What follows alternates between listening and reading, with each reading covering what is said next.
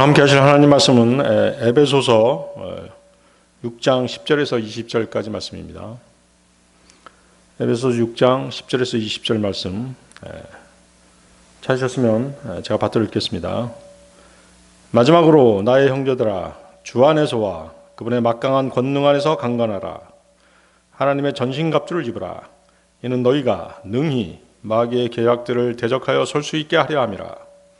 이는 우리가 살과 피를 대적하여 맞붙어 싸우는 것이 아니요 오직 정사들을 대적하고 권능들을 대적하며 이 세상 어둠의 주관자들을 대적하고 높은 곳들에 있는 영적 사악함을 대적하여 맞붙어 싸우기 때문이라. 이런 이유로 너희는 하나님의 전신갑주를 입으라. 이는 너희가 모든 일을 수행한 후에도 서 있게 하려 하며 악한 날에 능히 견뎌낼 수 있게 하려 함이라. 그러므로 진리로 너희 허리를 동여매고 서 있으라. 그리고 의의 흉갑을 입으라. 또 너희 발에는 화평의 복음을 예비한 곳으로 신을 신으라. 무엇보다도 믿음의 방패를 붙들라. 그곳으로 너희가 사악한 자의 작은 불화살들을 모두 끌 수 있으리라. 그리고 구원의 투구와 성령의 검, 곧 하나님의 말씀을 붙들라. 성령 안에서 모든 기도와 간구로 항상 기도하고 모든 성도들을 위하여 모든 인내와 간구로 더불어 그 일에 깨어 있으라. 그리고 나를 위해서는 말하는 능력이 나에게 주어지도록 기도하라. 이는 내가 담대히 나의 입을 열 수 있게 하려 하며 복음의 신비가 알려지게 하려 함이라. 이를 위하여 내가 결박들을 당한 대사가 되었노라. 이는 내가 마땅히 말해야 하는 것 같이 담대하게 말할 수 있게 하려 함이라. 여러분들은 그림이라든가 백과사전 또 영화에서 군인들이 입는 갑옷들을 보셨을 것입니다. 바울 사도가 에베소서를 기록할 때가 이스라엘이 로마 식민 통치를 받던 시기였습니다. 바울 사도는 당시 세계 최강인 로마 군대의 군인들이 착용하던 갑옷을 염두에 두고 이 글을 쓴 것입니다. 로마가 세계를 패권에 넣을 수 있었던 이유가 군사력이었습니다. 로마 군은 아무나 될 수 없었습니다. 세금을 내는 자유시민만이 군의 징병 대상자였습니다. 전쟁에 나가는 군인들은 필요한 무기와 보호 장비를 자비로 부담해야 됐습니다. 따라서 돈이 많을수록 전쟁에 나갈 확률이 높았습니다. 로마인들은 이것이 합리적이라고 생각했습니다. 가진 것이 많으면 지킬 것도 많기 때문입니다. 로마인들에게 병역은 명예로운 권리였습니다. 과거 우리나라처럼 돈 많고 빽 있는 집의 사람들이 병역을 기피하던 것과는 대조적인 현상입니다. 게다가 돈이 많으면 더 좋은 무기를 장만할 수 있으니 더 잘 싸울 수 있었습니다. 사실 이 권리에는 이득이 되는 측면도 있었습니다. 전쟁에 나가서 이기면 전리품을 많이 분배받을 수 있었기 때문인 것이죠. 군대의 막강한 힘은 무기에서 나옵니다. 물론 군사들을 잘 훈련시켜야 하겠지만 대등한 상태에서의 싸움의 성패는 첨단 무기에서 갈리는 것입니다.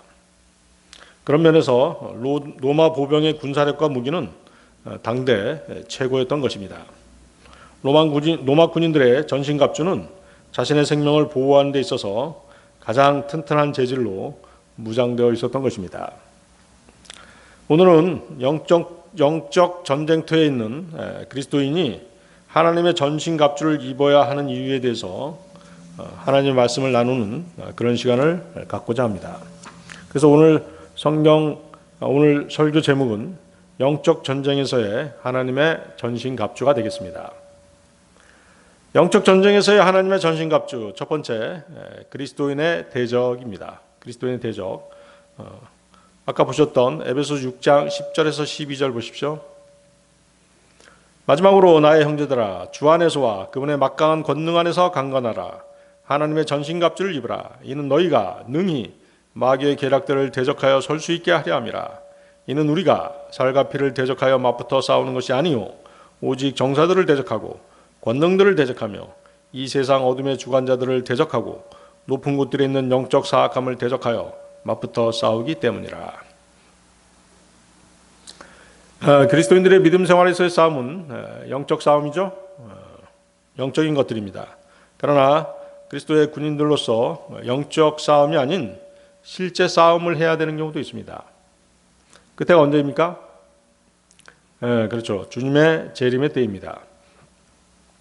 계시록 19장 11절에서 14절이 그 내용인데요. 그리고 내가 하늘이 열린 것을 보았더니 보라 흰말 한 마리라. 또한 그 위에 타신 분은 신실하시고 진실하신 분이라 불렀으며 그분께서는 의로 심판을 행하시고 전쟁을 하시느니라. 그분의 두 눈은 불의 화염 같았고 그분의 머리 위에는 많은 왕관들이 있었더라. 그리고 그분께는 기록된 한 이름이 있었는데 아무도 모르고 오직 그분 자신만이 아셨더라. 그리고 그분께서 피 속에 담겼던 겉옷으로 옷 입혀지셨더라. 그리고 그분의 이름은 하나님의 말씀이라 불리시니라. 이어서 하늘에 있는 군사들이 흰 말을 타고 그분을 따랐는데 희고 정결한 고운 암화포로 옷 입혀졌더라.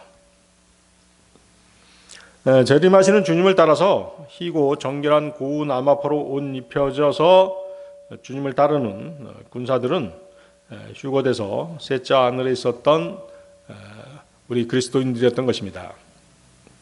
그리스도의 심판석에서 자신들의 점과 주름을 없애고 어린 양의 혼인식에 신부로 참석한 후 주님을 따라 이 땅에 내려오는 것입니다. 내려오는 곳은 아마겟돈 전쟁터입니다. 재림하시는 주님과 주의 군사들을 향해 적그리스도의 2억 군대는 여러 첨단 무기들을 동원해서 공격해 올 것입니다. 이들과 실제적인 싸움을 벌이는 것입니다.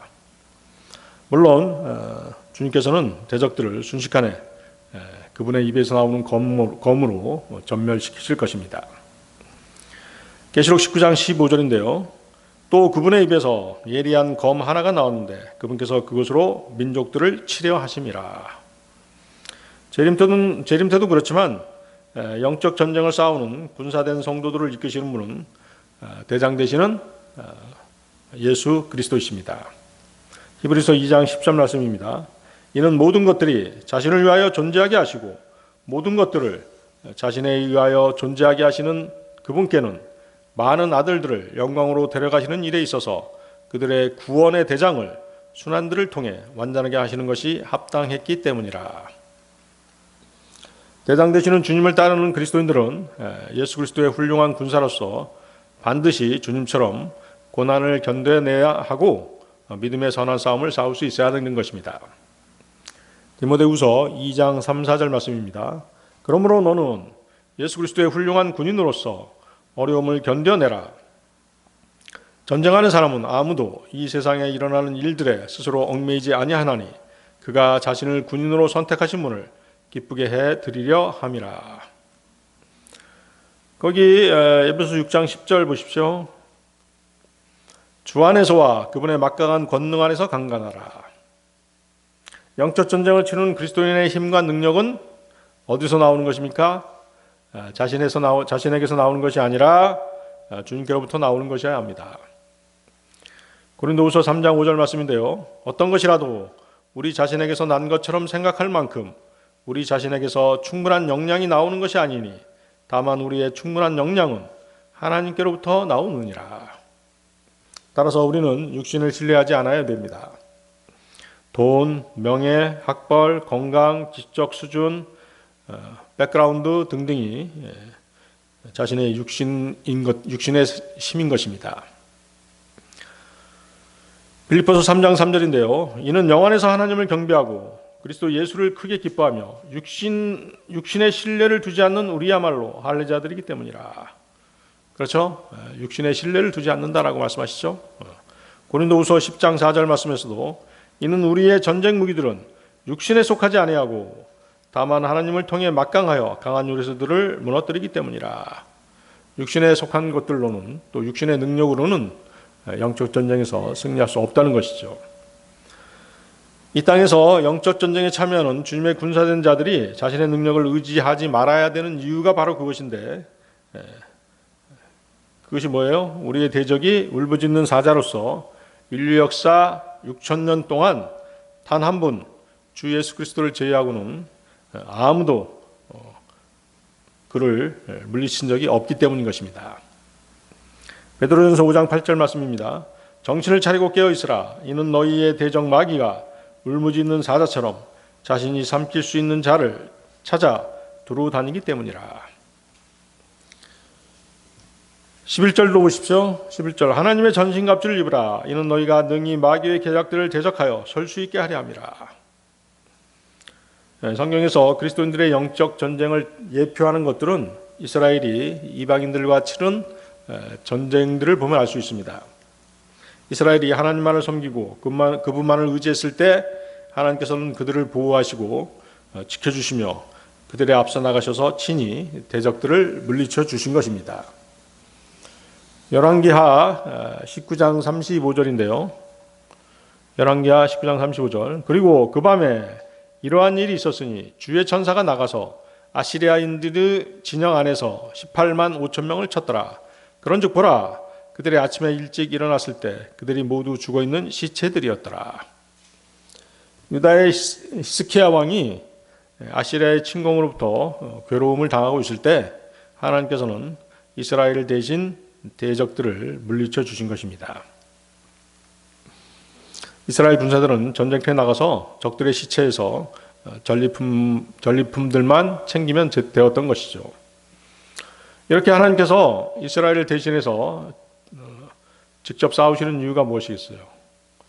이스라엘이 누구만을? 하나님만을 의지했기 때문인 것이죠. 하나님의 전신갑주를 입으라. 전신갑주가 누구의 것입니까? 하나님의 것인 것입니다. 우리는 적을 대적할 만한 무기들을 스스로 갖추고 있지 못합니다. 더군다나 우리의 싸움은 눈에 보이지 않는 이 세상을 지배하는 타락한 영적 세력들과의 싸움이기 때문에 하나님의 도움이 더욱 필요한 것입니다. 또 거기 12절 보십시오. 이는 우리가 살과 피를 대적하여 맞붙어 싸우는 것이 아니요 오직 정사들을 대적하고 권능들을 대적하며 이 세상 어둠의 주관자들을 대적하고 높은 곳들에 있는 영적 사악함을 대적하여 맞붙어 싸우기 때문이라. 그렇죠? 네. 그래서 그 사탄과 그의 수하들은 현 세상의 모든 경제, 사회, 문화, 교육 등등의 모든 체계를 움직이는 세력들인 것입니다. 누가복음 4장 5절 6절 말씀을 보면요. 누가복음 4장 5절 6절 말씀. 그러자 마귀가 그분을 높은 산 속으로 데리고 올라가서 일순간에 그분께 세상의 모든 왕국들을 보여주었더라. 그러면서 마귀가 그분께 이같이 말하였더라. 이 모든 권능과 그것들의 영광을 내가 너에게 주겠노라. 이는 그것이 나에게 넘겨졌기 때문이라. 그런즉 나는 누구에게든 내가 원하는 자에게 그것을 주겠노라. 자, 이 세상이 누구 것이에요? 지금 마귀의 것인 것입니다. 그렇죠? 그래서 마귀가 자기 마음대로 할 수 있는 것이에요. 그래서 그 이면을 볼 줄 알아야 되는 거죠. 세상의 이면을 볼 줄 알아야 되는데 우리는 겉만 보고 살잖아요. 에베소서 2장 2절입니다. 에베소서 2장 2절. 지나간 때에는 너희가 그것들 가운데 이 세상의 경로를 따르고 불순종의 자녀들 안에서 지금 활동하는 영, 곧 공중 권세의 통치자를 따라 살아갔느니라. 그렇죠? 마귀의 영에 휘둘려서 지금까지 살아왔던 것이죠. 구원받고 나서는 성령님께서 오셨기 때문에 악한 영을 구별할 수 있는 능력을 우리에게 주시는 것입니다. 그래서 그리스도인의 싸움은 살과 피, 즉 혈과 육에 대한 것이 아니라는 것을 알고 마귀를 대적해야 된다는 것이죠. 우리의 싸움이 혈과 육에 대한 것이 아닌 이유는 우리의 육신, 즉 본성에 대해서는 싸울 것이 아니라 어떻게 해야 된다고 그랬죠? 우리 본성에 대해서는 어떻게 싸우라고 하셨죠? 그것을 거부하라고 말씀하셨죠? 그렇습니다. 자신의 옛사람이 그리스도와 함께 십자가에 못 박혀 죽었다는 것을 알고 육신의 요구를 거부하라고 그렇게 말씀하시잖아요. 로마서 6장 6절 말씀이 그것입니다. 이것을 알거니와 우리의 옛사람은 그분과 함께 십자가에 못 박히나니 이는 그 죄의 몸이 멸망받게 하려 함이요 이후로는 우리가 죄를 섬기지 않게 하려 함이라. 그렇죠? 우리 옛사람이 어디에 못 박혔다고 말씀하세요? 십자가에 못 박혀 죽었다라고 말씀하시죠? 그것을 여러분들이 항상 인식하고 있어야 돼요. 내 옛사람이 죽었다. 지금 내 안에 사시는 것은 그리스도께서 사신다. 그 사실을 항상 염두에 두고 있어야 되시죠? 로마서 8장 12, 13절도 같은 내용입니다. 형제들아, 그러므로 우리가 빚진 자들이나 육신을 따라 살도록 육신에 빚진 것은 아니니라. 이는 만일 너희가 육신을 따라 산다면 너희는 죽을 것이기 때문이라.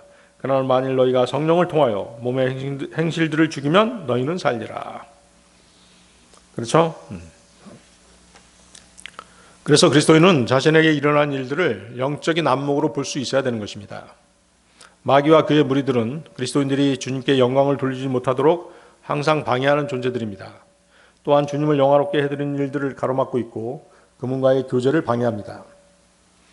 기도를 못하도록 하고 말씀을 공부하지 못하도록 하면서 또 주님을 의심하도록 하는 일들을 행하고 형제 자매들을 이간시키는 일들을 행하는 것입니다. 마귀는 그리스도인들을 소유하지 못하지만 그들을 주관하려고 하는 그런 존재인 것입니다.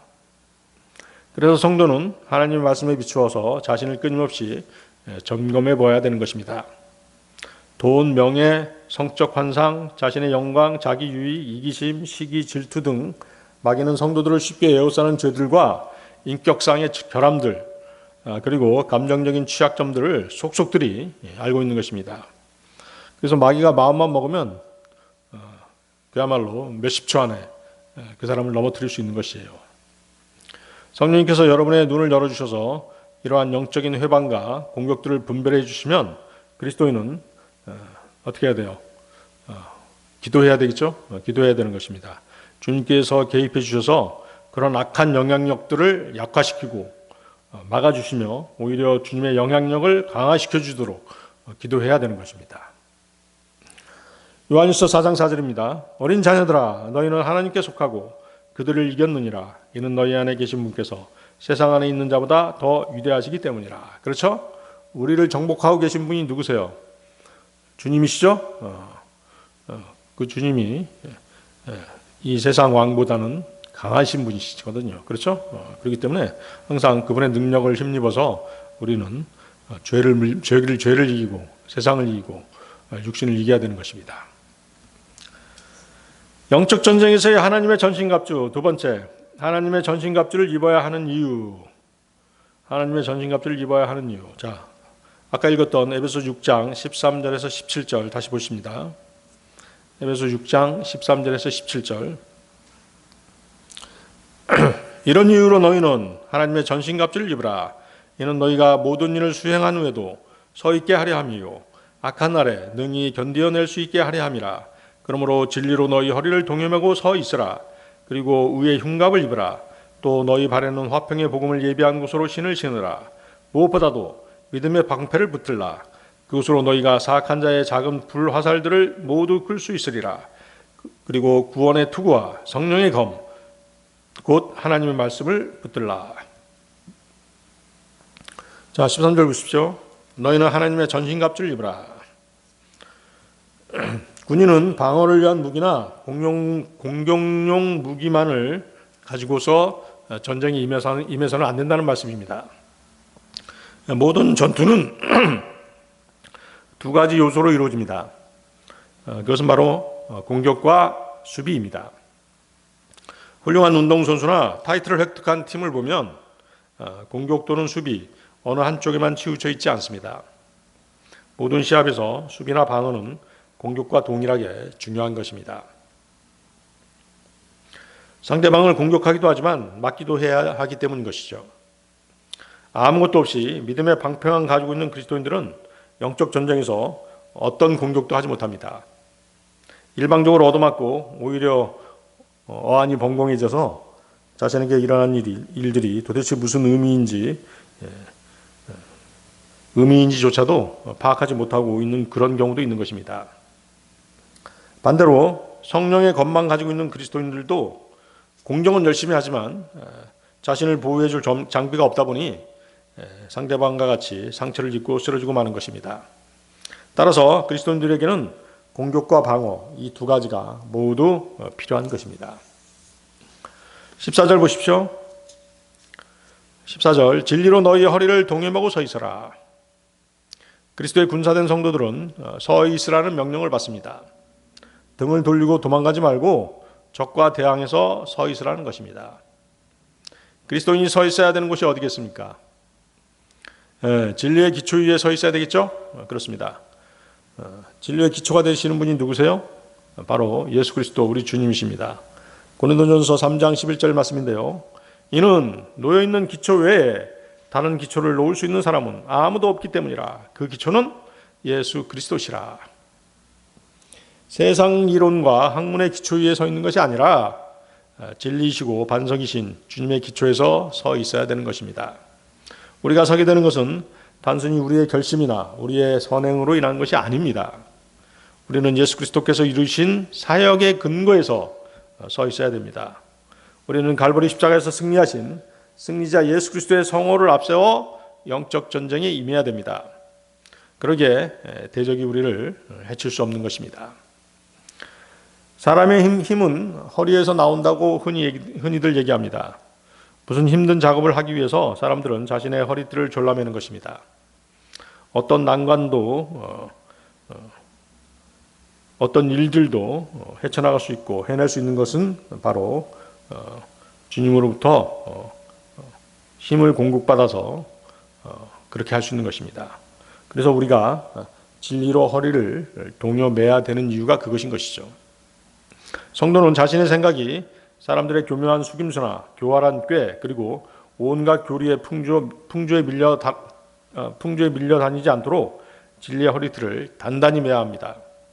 아울러 모든 생각들을 사로잡아 주님께 복종하기 위해 진리의 허리띠를 졸라매야 되는 것이죠. 고린도후서 10장 5절입니다. 우리는 상상들과 하나님의 지식을 대적하여 스스로를 크게 높인 모든 높은 것을 저마다 허물어뜨리며 모든 생각마다 사로잡아 그리스도께 순종하게 하고. 대단히 중요한 말씀이죠. 모든 생각마다 사로잡아 그리스도께 순종하게 하고. 그렇죠? 이게 바른 믿음의 자세인 것이죠. 그런데 스스로를 높이려고 하잖아요. 그리스도인이. 스스로를 높이려고 하고 스스로 영광 받으려고 하고 그러면은 완전히 실패하는 것이에요. 기초를 다른 데다 두는 것이잖아요. 예수님께 기초를 두는 것이 아니라 자신을 기초에다 두려고 하는 것이잖아요. 그래서 우리의 마음은 우리의 생각에 의해서가 아니라 하나님의 말씀, 즉 진리에 의해서 다스려져야 되는 것이에요. 성경의 진리에 대한 확신을 가지고 하나님의 말씀을 사용해야 되는 것입니다. 그렇죠? 하나님의 말씀에 대한 확신이 없으면 어떻게 성령의 검, 하나님의 말씀을 휘두를 수 있겠습니까? 시편 119편 133절 말씀인데요. 당신의 말씀 안에서 저의 걸음들을 명하여 주소서. 그리하여 어떤 죄악도 저를 지배하지 못하게 하여 주소서. 그렇죠? 하나님의 말씀이 있으면 어떤 죄악도 침범하지 못하는 것입니다. 14절 보십시오. 의의 흉갑이 나오죠. 의의 흉갑을 입으라. 자, 이것은 이제 성도 개개인의 의를 말하는 것입니다. 구원받은 그리스도인들의 믿음 생활은 이미 주님께 전가받은 의가 있죠? 그 위에다가 자신의 의를 쌓는 것이에요. 이해하시겠죠? 구원은 뭘로 받는 것이에요? 주님의 의로 받는 것이죠. 그렇죠? 믿음 생활은 뭘로 하는 것이에요? 자신의 의를 쌓아가는 것이에요. 아시겠죠? 그러면 그 자신의 의를 쌓아가는 것은 그냥 막 옳은 일을 하는 것이에요? 그것은 아니겠죠? 주님이 주신 명령들을 실천하는 것이죠. 그것이 자신의 의를 쌓아가는 것이에요. 성도들은 이미 받은 하나님의 의를 가지고 있죠. 그렇죠? 그 의를 10분 활용해서 그 의를 바탕으로 또 그 의를 전제로 또 그 의를 실제로 사용해야 되는 것이에요. 어디서 사용하는 것이에요? 영적 전투에서, 영적 전쟁에서 사용하는 것이죠. 고린도후서 6장 7절입니다. 진리의 말씀으로 하나님의 권능으로 오른편과 왼편에 있는 의의 갑옷으로. 그렇죠? 의의 갑옷. 그래서 여기 있는 의의 갑옷은 주님의 의죠. 그렇죠? 주님의 의고 여기 의의 흉갑은 자신의 의가 되겠습니다. 그렇죠? 흉갑은 가슴을 보호하는 기능을 하죠. 우리는 가슴을 생각할 때 양심과 연결짓습니다. 우리가 믿음 생활에서 선한 양심을 지니지 않는다면 의를 쌓을 수 없고 절대적으로 대적들을 이길 수 없는 것입니다. 주님은 우리의 믿음을 보시고 우리를 의롭다라고 인정하셨어요. 그렇죠? 그리고 그 의로움에 더해서 다른 사람들과의 관계에 있어서 의롭게 행하기를 원하시는 것입니다. 따라서 성도가 영적 전쟁에서 승리하고자 한다면 하나님께 복종하고 의를 실천하는 삶을 살아야 되는 것입니다. 만일 우리가 실족해서 죄를 짓는다면 어떻게 해야 됩니까? 즉각적으로 자백하고 의의 흉배로 보호받아야 되는 것이죠. 아시겠죠? 요한일서 1장 9절입니다. 만일 우리가 우리의 죄들을 자백한다면 그분께서는 신실하시고 정의로우셔서 우리에게서 우리의 죄들을 용서하시고 모든 불의에서 우리를 정결하게 하시느니라.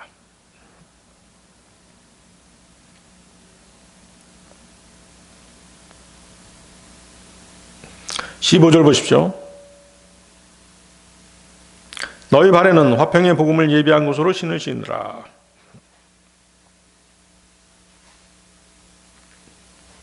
그리스도인들이 어디를 가든 화평의 복음을 전파할 준비를 하라고 말씀하시는 것입니다. 이것은 그리스도인이 복음으로 살아야 한다는 의미인 것이죠. 로마서 10장 14, 15절입니다. 그렇다면 그들이 믿지 아니하는 분을 어떻게 그들이 부르겠느냐? 또한 그들이 들어보지 못한 분을 어떻게 그들이 믿겠느냐? 또한 선포자 한 명도 없이 어떻게 그들이 듣겠느냐? 또한 그들이 보내심을 받지 않았는데 어떻게 그들이 선포하겠느냐? 기록된 바와 같으니 화평의 복음을 선포하고 좋은 것들의 반가운 소식들을 가져오는 발은 얼마나 아름다운가 하였도다. 자, 먼저 주님께서는 복음 전파자들을 파송하십니다. 전하는 자가 있다는 것은 보냄을 받은 자가 있기 때문인 것이죠. 또 보내주시는 분이 있기 때문인 것입니다. 모든 복음 전파자들은 하나님의 보내심을 받은 사람들인 것입니다. 그래서 복음 전하는 사람 따로 있고 듣는 사람 따로 있고 그게 아니라 구원받은 성도들은 다 뭐예요? 복음 전파자가 되어야 된다는 것이죠. 그래서 그리스도인들은 사람들에게 화평의 복음, 즉 생명의 기쁜 소식을 들고 찾아갈 수 있어야 되는 것입니다. 주님께서는 모든 그리스도인들을 복음 전파자로 내보내신 것입니다. 그래서 복음 전파자가 거리에서 사람들이 들을 수 있도록 복음을 외칩니다. 그러면 사람들이 듣고 믿죠. 그리고 믿으면 주 예수 그리스도의 이름을 부르게 되는 것입니다. 이것이 사람들이 듣고 믿고 구원받게 되는 순서인 것입니다. 그래서 보냄, 전파함, 들음, 믿음, 부름, 이것이 정확한 순서인 것이에요. 보냄, 전파함, 들음, 믿음, 부름. 칼빈주의의 예정론이 이단인 것은 그들은 부름이 먼저라고 거꾸로 얘기하기 때문입니다. 주님께서 부르기 전에 먼저 믿어야 된다는 것이죠. 응? 믿지 않으면 주님이라고 부를 수 없습니다. 그렇죠? 막 구원받아 주님을 부르게 된 그는 성장하면서 어떻게 돼요? 하나님을 아버지라고 부를 수 있는 그런 담대함을 또 가지게 되죠. 그렇게 되는 것입니다. 근데 이제 구원받지도 않은 사람들이 하나님 아버지 그러면 어떻게 돼요? 하나님께서 그걸 받아주시겠어요? 받아주시지 않겠죠? 그렇죠? 아들로 입양한 적이 없는데 어떻게 아버지라는 호칭을 받아주시겠어요? 그래서 그리스도인의 발이 언제 어느 자리에서 어떤 상황에 처하더라도 복음을 전파할 준비를 갖추고 있을 때 그의 발은 실로 아름다운 발이 되는 것입니다. 자신이 그리스도인이라면 그는 복음 전파자인 것입니다. 복음을 전하지 않고 살면 그리스도인은 능력 없는 삶을 사는 것이고 주님으로부터 공급받는 힘이 없이 사는 것과 마찬가지인 것입니다. 한편으로 화평의 복음에는 거기 화평이란 말, 피스란 말에는 뭐가 있어요? 기존의 그 형제 자매들과의 깨어진 관계를 회복하고 화해하는 것과도 연관이 있는 것이에요. 마귀와 마귀의 세력들은 그리스도의 몸 안에 생긴 분열들을 악화심으로써 이득을 취하려고 하는 그런 존재들이잖아요. 그렇죠? 그렇기 때문에 우리가 화평의 복음을 전한다는 것은 실제로 복음을 전하는 것도 있지만 형제 자매들과의 화목한 관계를 유지하는 것, 그것도 포함된다는 것이에요. 로마서 12장 17, 18절입니다. 아무에게도 악을 악으로 갚지 말라. 모든 사람들의 목전에서 정직한 일들을 대비하라. 가능한 한 너희 편에서 할 수 있는 만큼 모든 사람들과 더불어 화평하게 살라. 자, 16절입니다. 16절 보십시오. 무엇보다도 믿음의 방패를 붙들라. 그것으로 너희가 사악한 자의 작은 불화살들을 모두 끌 수 있으리라.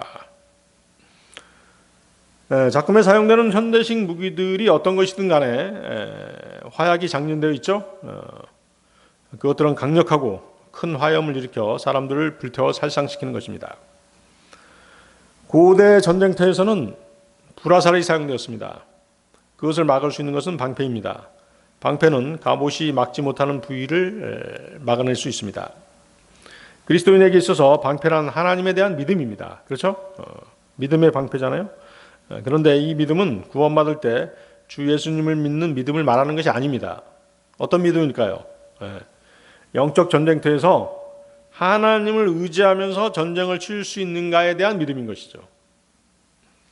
성도가 하나님을 의지하지 않고 자신의 능력을 의지한다면 사탄의 불화살들을 막을 방법이 없는 것입니다.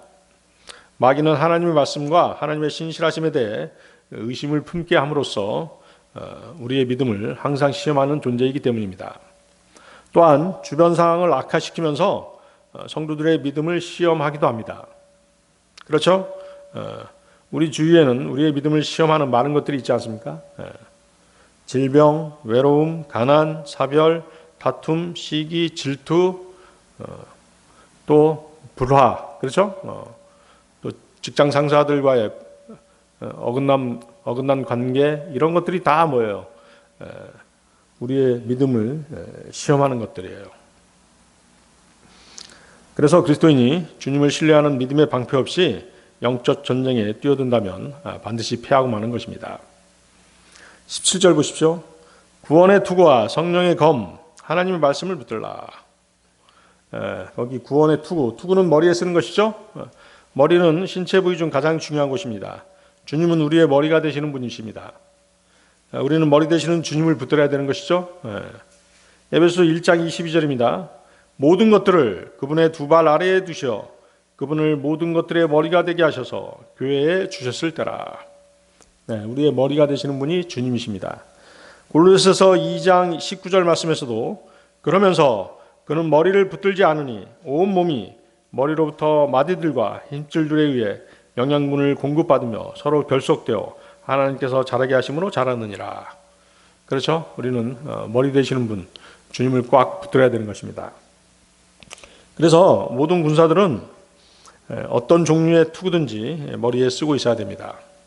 손이나 발, 팔, 다리 등 다른 부위는 상처를 입거나 절단되더라도 회복될 수 있습니다.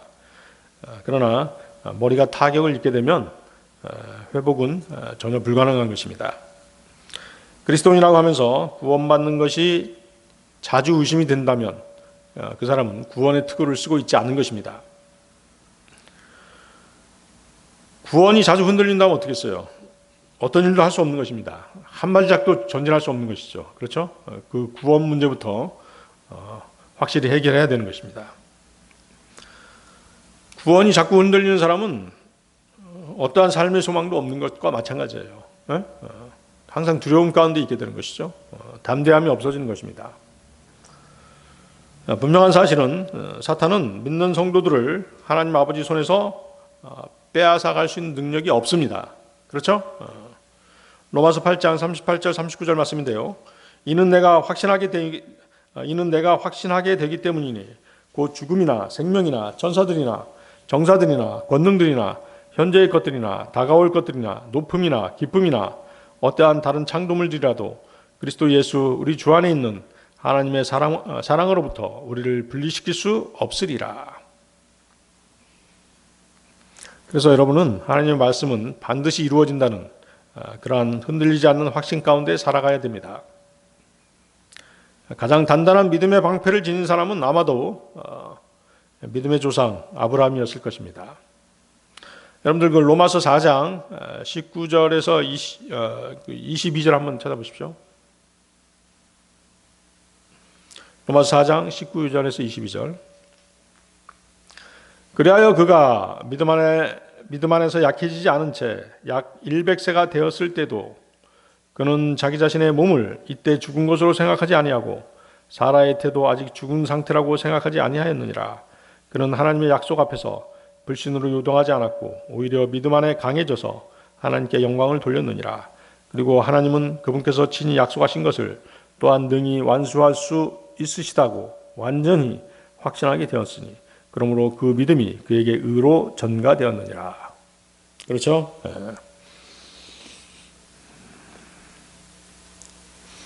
자, 100세가 되었는데도 후사에 대한 소망을 버리지 않았죠? 하나님께서도 그 약속을 지키셨어요. 아브라함의 믿음을 보시고 그렇게 해주신 것이죠. 거기 17절 보십시오. 계속해서 17절 또 한번 보세요. 거기 성령의 검 나오죠? 성령의 검. 자, 이것은 이제 뭐냐면 이 검은 말씀이 기록되어 있는 성경책을 말하는 것이 아닙니다. 하나님의 말씀 그 자체죠. 영적 전쟁에서 성경책을 들이민다고 해서 마귀가 도망하거나 무서워하지 않는다는 것입니다. 하나님의 뭐가 필요하다는 거죠? 말씀이 필요한 것이에요. saying. 하나님의 words가 필요한 것이죠. 예수님께서 마귀에게 시험을 당하실 때 성경책을 꺼내 보여주셨나요? 그렇지 않죠? 하나님의 말씀으로 마귀를 물리치신 것입니다. 성령의 검인 하나님의 말씀은 성도들이 들고 다녀야 하는 양날이 있는 날카로운 무기이며 휘두르면 피가 낭자해지는 그런 검인 것입니다. 아마겟돈 전쟁에서 사탄의 2억 군대를 순식간에 도륙할 수 있는 것도 그분의 입에서 나오는 검이었던 것이죠. 그렇죠? 자, 히브리서 4장 12절인데요. 이는 하나님의 말씀은 살아있고 권능이 있으며 그 어떤 양날검보다 더 예리하여 혼과 영 그리고 관절들과 골수를 찔러 가리기까지 하고 마음의 생각들과 의도들의 분별자이기 때문이라. 계시록 19장 15절 또 그분의 입에서 예리한 검 하나가 나왔는데 그분께서 그것으로 민족들을 치려하심이라. 그리고 그분께서 철장으로 그들을 다스리시리라.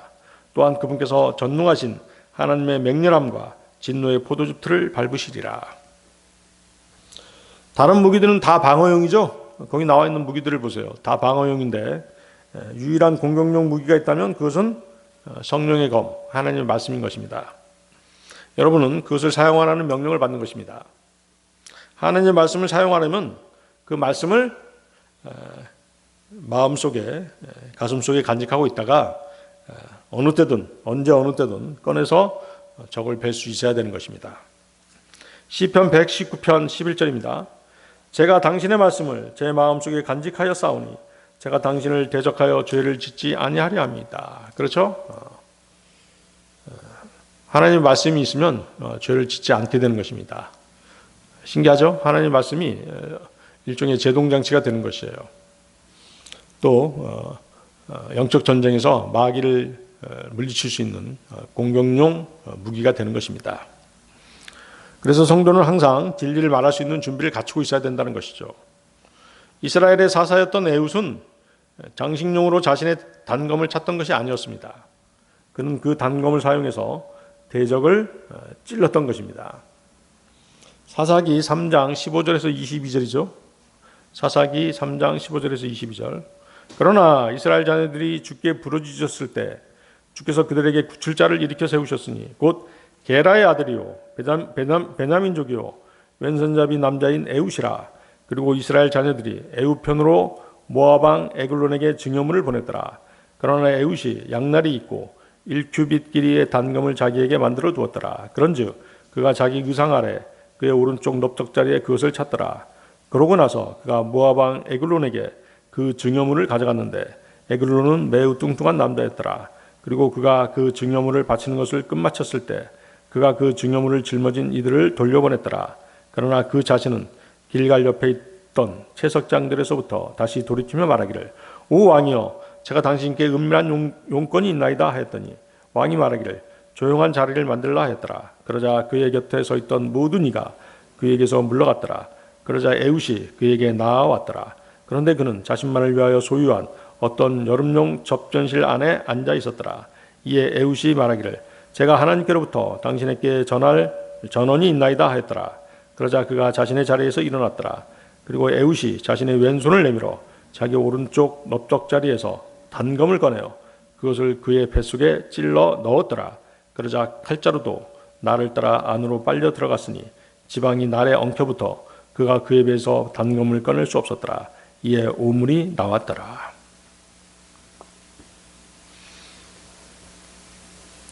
그렇죠? 성령의 검, 하나님의 말씀은 오물을 제거하는 것입니다. 그리스도인의 싸움은 영적 전쟁이며 우리의 전쟁 무기 역시 성령의 검, 곧 하나님의 말씀이어야 합니다. 성령님께서는 검을 갖고 계시는데 그 검으로 사람들을 찌르고 베고 내리치고 자르고 난두질하며 꿰뚫는 것입니다. 성령님께서 가지고 계신 동일한 검을 우리 그리스도인들도 차고 있어야 전쟁에서 적을 무찌를 수 있는 것입니다. 여러분들이 킹제임스 성경을 가지고 있다면 가장 날성검 한 자루를 차고 있는 것과 마찬가지인 것입니다. 영적 전쟁에서의 하나님의 전신갑주, 세 번째, 성령 안에서의 기도와 간구. 에베소서 6장 18, 20절 다시 보십시오. 에베소서 6장 18, 20절.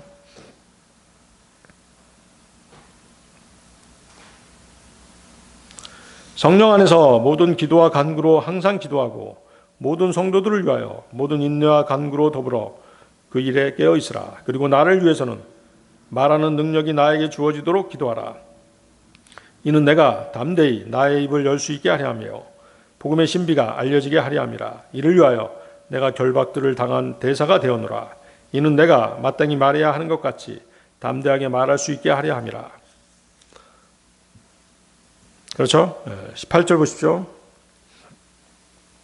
성령 안에서 모든 기도와 간구로 항상 기도하고 모든 성도들을 위하여 모든 인내와 간구와 더불어 그 일에 깨어 있으라. 자, 본문이 의미하는 것은 어떠한 상황에서도 기도하라는 말씀입니다. 모든 문제를 기도로 해결하라는 말씀인 것이죠. 우리는 항상 기도하라는 그런 말씀을 듣죠. 항상 하나님을 의식하고 살아라는 말씀인 것입니다. 그렇게 되면 어떻게 돼요? 하나님께서 그의 발걸음을 인도해 주시는 것입니다. 사무엘 선지자는 이스라엘 백성들을 이끌면서 이런 말을 했습니다. 사무엘상 12장 23절인데요. 이뿐만 아니라 나로 말하자면 내가 너희를 위하여 기도하기를 중단함으로써 주를 대적하여 죄를 짓는 것을 하나님께서 금하시기를 바라노라.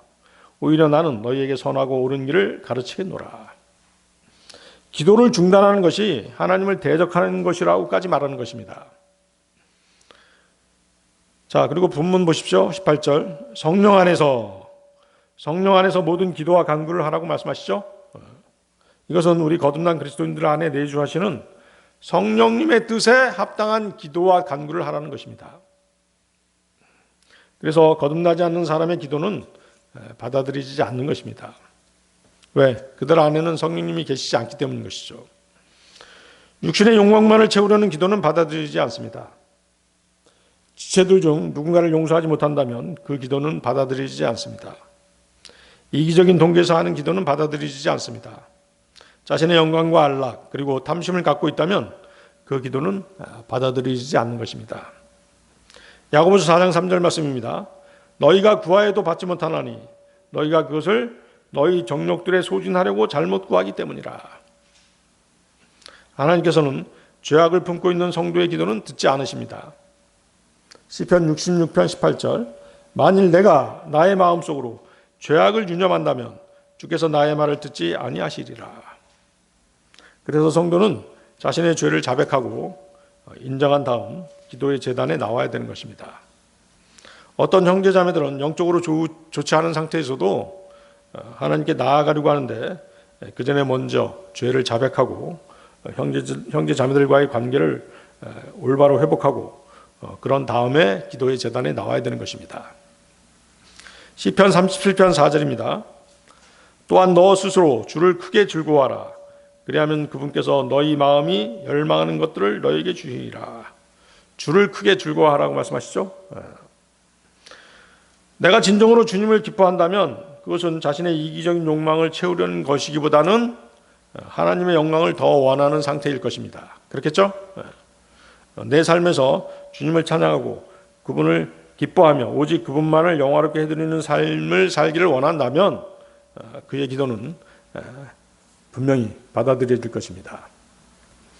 본문에 따르면 기도는 때에 관계없이 항상 하는 것입니다. 아시겠어요? 길을 가면서도 할 수 있는 것이에요. 설교 중에도 할 수 있는 것입니다. 설교 중에 나도 몇 번 기도한 적이 있거든요. 그리고 그 방식, 기도하는 방식은 뭐예요? 끈질기게 간구해야 된다고 말씀하시죠? 또 기도의 대상은 자신뿐만 아니라 뭐예요? 모든 성도들이 그 대상이 될 수 있습니다. 그 방법은 뭐예요? 방법은 성령 안에서 해야 된다는 것이죠. 성령님의 뜻에 맞게끔 기도하라는 것이죠. 성령님의 뜻에 맞게끔 한다는 얘기는 진리에 맞게 하나님의 말씀에 맞추어서 기도해야 된다는 것입니다. 기도의 요구는 담대하게 혼은 자신의 혼을 쏟아부으며 주님께 말씀을 드리는 것입니다.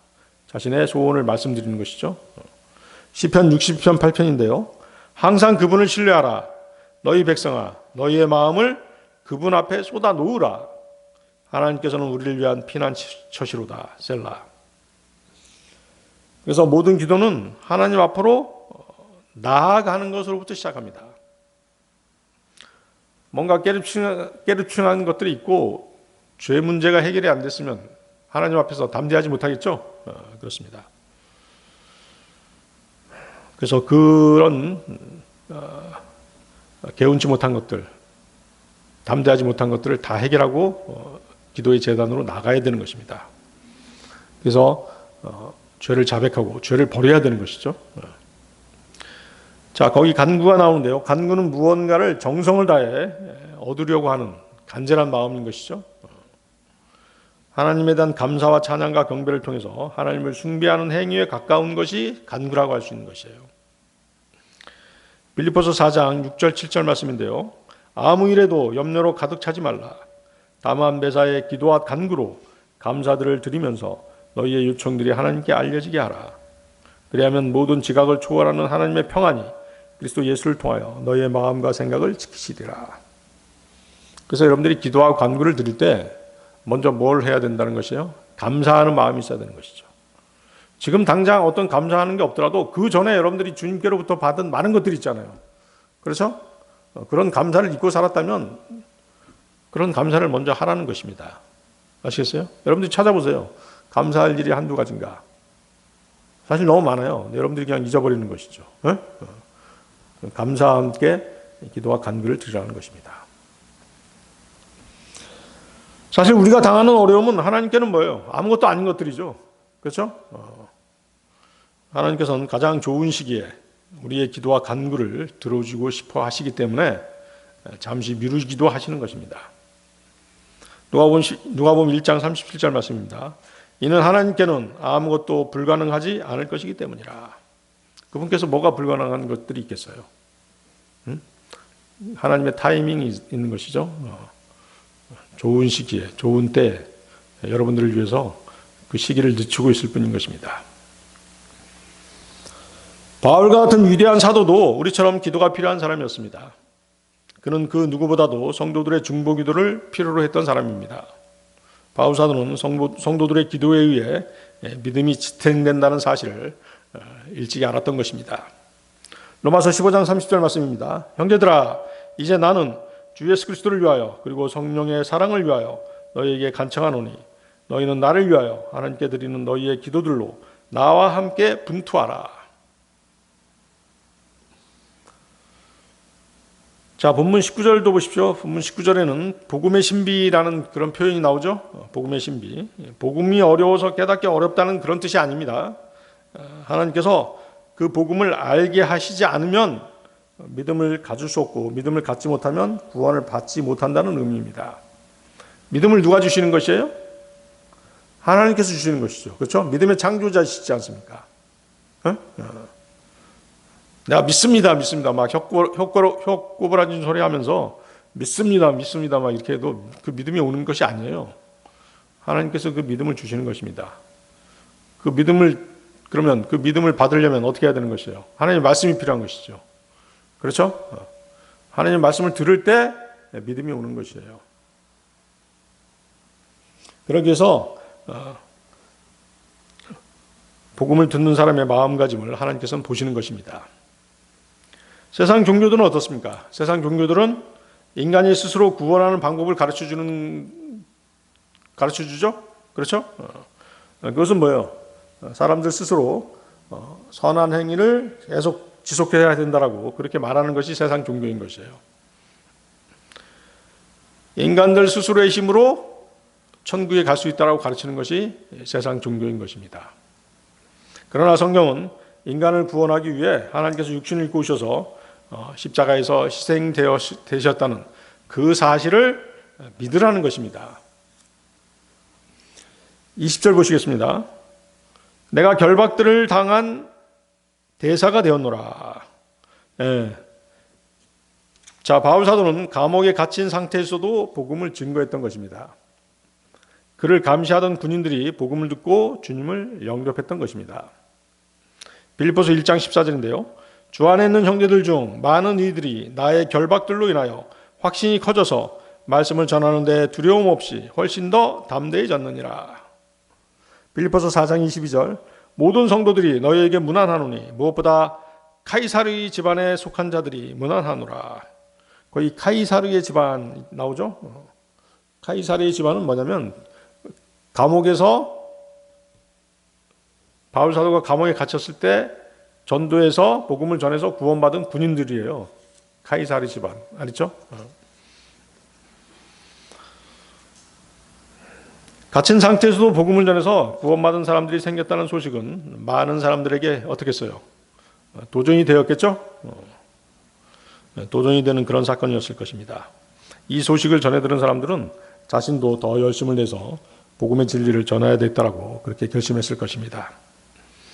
그래서 그 카이사르에 속한 사람들은 바울이 감옥에서 복음을 전해 회심한 군인들을 말하는 것입니다. 그런데 바울 사도는 그들이 구원받게 된 것이 성도들의 기도의 힘이었다라고 이렇게 말하고 있는 것이에요. 19절이 바로 그 내용이지 않습니까? 나를 위해서는 말하는 능력이 나에게 주어지도록 기도하라.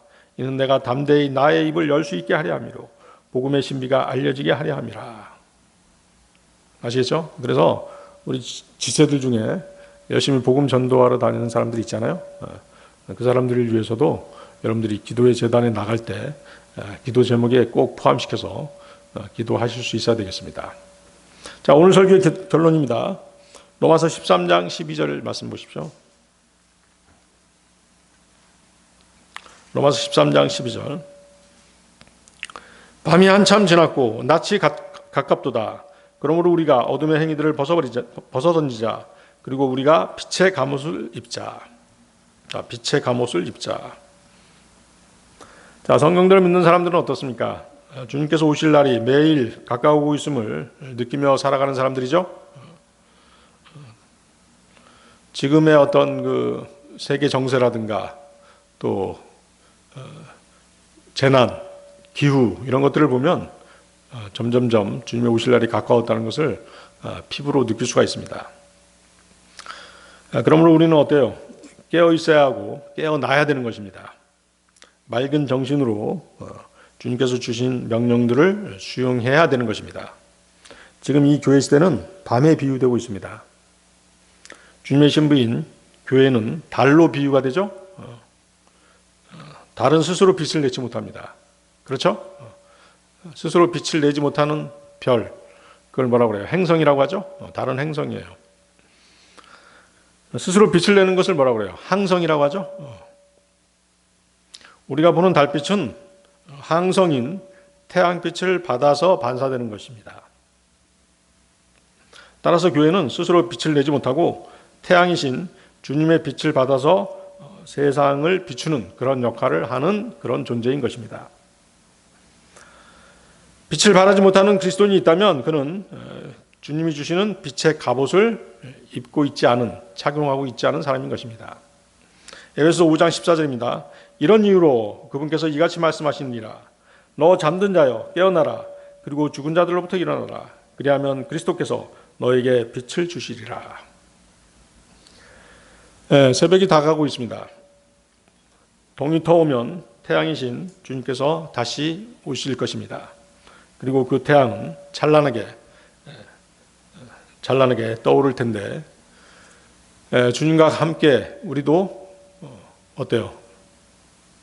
주님과 함께 우리도 같이 오게 되는 것이죠? 그렇습니다. 그날을 항상 소망하면서 살아가는 여러분들 되시기 바랍니다. 기도하시겠습니다.